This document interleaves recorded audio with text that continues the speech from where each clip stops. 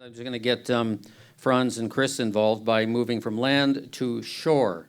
And this question will be for the group on the right, because we started with the group on the left last time.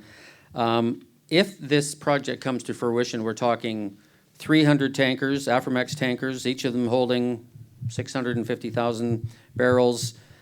Isn't it a little scary to think of one of these ships moving through English Bay with its hull a meter and a half above the bottom of the ocean? And we then lose not only the pristine environment we got here, but in the money part, $75 billion worth of trade is stopped in that harbor. So what about the shoreline? Isn't it a little worrisome to put 300 of these ships in a year? It's apparently, statistically, it's not, what was it, 600 and something? Apparently it's 500 and something. It's like, but we won't talk about 500 numbers. Numbers. The tonnage, you mean? Oh, no, barrels, yeah. The Aframax vessel, I mean, I deal in tons, unfortunately. I have no idea what a barrel is. But Aframax vessels usually go up to about 110, 120,000 tons, and the ones coming to Vancouver generally load around 100,000 tons. 90%. 90% full. So also there's this, the issue of what's known as your underkill clearance.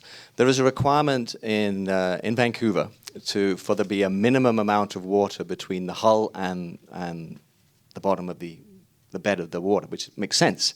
You don't want the two to be too close together. And that underkill clearance is generally set at around 10% of the draft of the vessel. So if the vessel has a 15-meter draft, there'll be 1.5 meters minimum. I should add minimum of underkill clearance. Interestingly enough, these tankers that are moving out of Vancouver right now are going down to California, where the underkill clearance requirements there is 2 feet. So clearly in California, they believe that is okay. We don't. We believe a minimum of 10% underkill clearance is necessary. And in fact, when a vessel moves through the port of Vancouver, the underkill clearance is considerably more than that. Yes, a catastrophic spill is very, very scary. There's no two ways about it. There is a risk from moving carbon-based products around the world. We need to recognize that risk, but also recognize that we cannot, at this moment in time, do without that movement of oil. There's also a certain alienation I notice about this Trans-Mountain pipeline, as if somehow it's really got nothing to do with BC.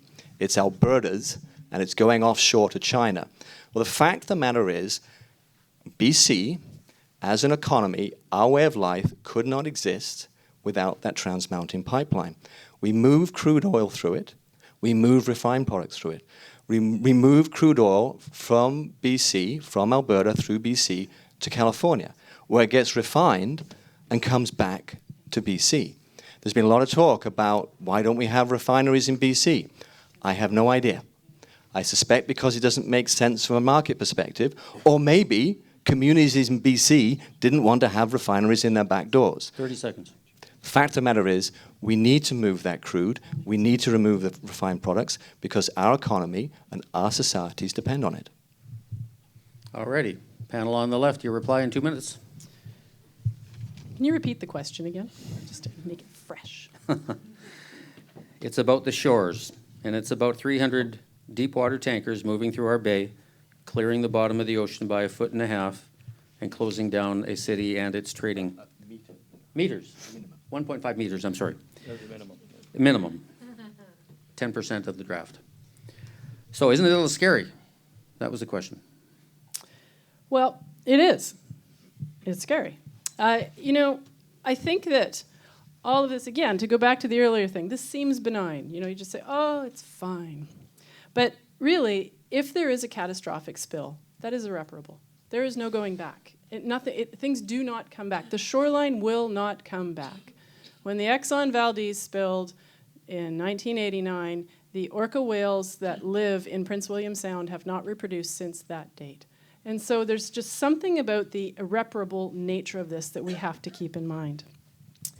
A couple of more points. You know, by industry standards, when we hear about oil spills being cleaned up, the big spills that we've had. Let's deal with the harbor, our inner harbor. With the harbor? About, yeah. Okay, thank you. So one of the issues that we are concerned about in this is the Aframax tankers. And again, it goes back to what is the information we're being given out here as the public and what will we know? We know right now that the Aframax tankers are what is delivering oil. We know there has been conversation about moving up to the Suezmax tankers, which is the next size up. It's worth noting that in Washington State, the government, and I don't know whether that's federal or state, I'm guessing it's federal, but the federal government in the United States will not allow those larger tankers past the Olympic Peninsula. They've actually decided that they're not safe. And we don't know whether Port Metro Vancouver would actually allow larger tankers to come in through the Second Narrows Bridge. Right now, if we've got a clearance of 1.5 meters and there's a mishap, we're looking at some pretty serious concerns. And the third point that I would make on this, and I'd really like to bring this in because we often talk about systems and structures and technology making everything better, but the reality is human error still exists, and it exists in many of the major mishaps that we've had. So Exxon Valdez, there was human error. Queen of the North, the ferry that sank, there was human error. And the Costa Concordia that went down in the Mediterranean, there was just a curious human that just kind of went off and carried on because he was curious. So He fell into the life raft. There you Your go. 2 minutes is done, but we're going to get back to you. I want to see if we can get friends involved here because I'm talking about the shore, basically our harbor. Can you describe the process of bringing one of these boats in and bringing one of those boats out? Yeah, I can definitely. Oop. I can. Let's see what happens. Sorry. There you go. You use mine. We share. I can definitely talk about that.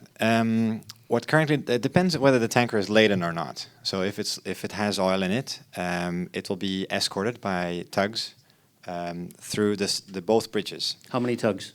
It depends on the draft, but generally you would have 2 or 3 tugs, and it depends also on the size of the vessel. So you look at how big is the vessel and how much power do we need to steer it into the right direction if it has a problem of propulsion or of steering. So there is a rule for how much tug power you need, dependent on the dead weight, which is the tonnage capacity of the vessel. You attribute the number of tugs that you need with the power that it needs. There's also on board of the vessel, there will be 2 pilots. So definitely, if you look at many casualties, it's very often human error. So what has been done in BC is there has been a couple of layers of human basically redundancy to make sure that people can catch each other's errors. So first of all, you've got the captain and the bridge crew of the vessel. Then you've got 2 pilots on board. And then even if the vessel fails completely, then you still have 3 tugs sitting around the vessel to be able to steer it into the right direction if it goes wrong. So it's also about continuous improvement and learning as you go. So it's about not waiting for that accident to happen, but making sure that you also learn from everything that you do. Just as the people on the right, from what you've heard then, so with 3 tugs, all tugs tethered? No, one tug will be tethered, the other 2 will be alongside. Okay, so 3 tugs, 2 pilots, I'm assuming GPS, I'm assuming all kinds of technology thrown at this. What's not to like? It sounds pretty safe. May I? Yeah. Well, I think one thing that's not to like is the fact that we have just seen in Vancouver the closure of our oil spill response center. We've also seen the closure of the Coast Guard station in the Kitts Coast Guard station.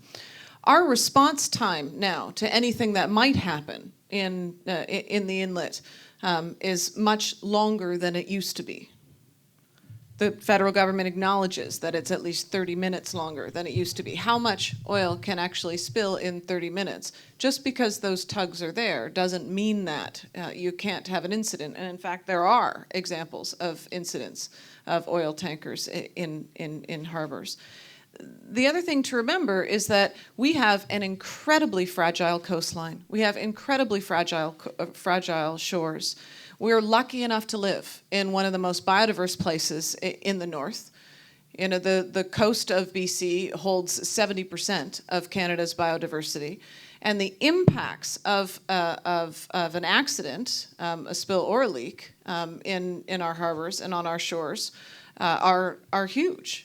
I think we need to remember that we know very little especially about bitumen and how it responds in a cold water environment. What we do know is that it's heavy and it sinks, and that will have a significant impact on our ocean environment. Captain? Or no, Mike?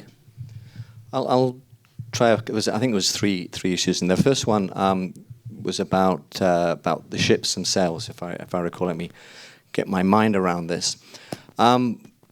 It's all very well us saying, look, we've got all these things in places, but how do we know they're going to work? And I think that's a very important question. How do we know that all these checks and balances that have been put in place to prevent, as opposed to cure, clean up, are going to work? What we tried to do here, and again, I think it's been emphasized by this side of the room, that nothing is perfect. There is still risk out there. But what we did was we developed simulation models, and we put everything we could think of, we threw at it in a simulation, and just to see how it would work with the tethered tugs, with the two pilots. So we had one pilot having a heart attack, tugs breaking down, the ship's engine breaking down, the rudder falling off, etc., to see how things would work. And once we were satisfied that the checks and balances are in place, would work under simulation, we then got hold of an Aframax tanker and did another simulation real-time using a tanker, and again proved that the systems would work. Now that's not going to give 100%. No one can guarantee that's 100% perfect.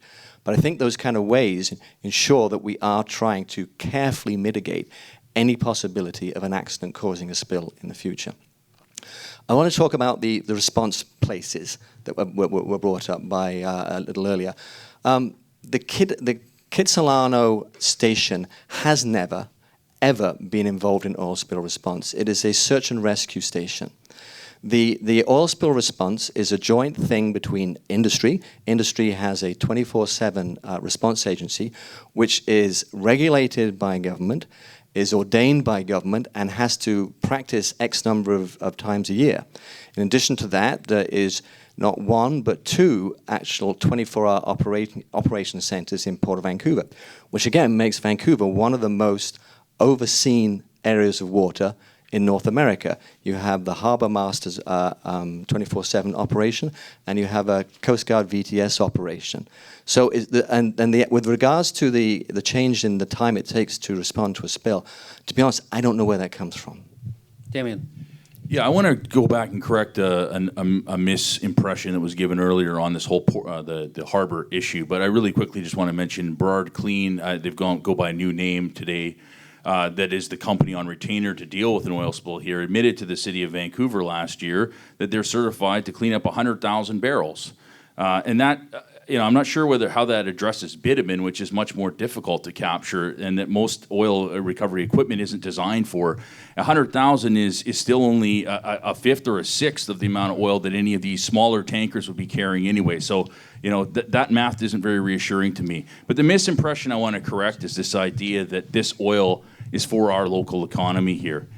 What is different today about 56 last years at this, or I should say the 50 years until Kinder Morgan took over this pipeline, is that this is all about exporting oil. Chevron, the one refiner we have left, has to struggle. They have to truck in crude products just to be able to refine them, because so much of the oil and products coming down that pipeline today are designed for export. And that's why we're seeing this exponential increase in the amount of tankers, and that's only going to continue. This is not about providing petroleum products for the Vancouver economy at all. This is an entirely different enterprise. Okay, let's stick with the shore, because I want to deal with the shore. Well, actually, can I ask a question about the shore? You can. Okay. Okay, I'll get you to go Mike. ahead. Yeah, sure. So we're going to talk about the water beyond the shore in a Get there. moment. Yes, we are. Okay. Yeah. In 2010, so this is, I'm not sure which of the panelists might be able to answer that, but in 2010, the Canada's Auditor General, which is an independent agency, did a report on oil spills from ships, which to my mind was quite damning, and it pointed out numerous systemic failures. It said that there was a need for risk assessments, that emergency management plans were out of date, that response capacity on all three coasts was lacking, and that the result of spill responses were inconsistent. Is any of you able to comment on the extent to which the federal government has given effect to the recommendations of the Auditor General in 2010?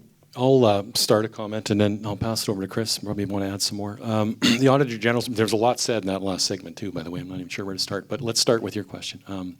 The Auditor General's report was a review of the federal government's situation and focus very much on Canadian Coast Guard.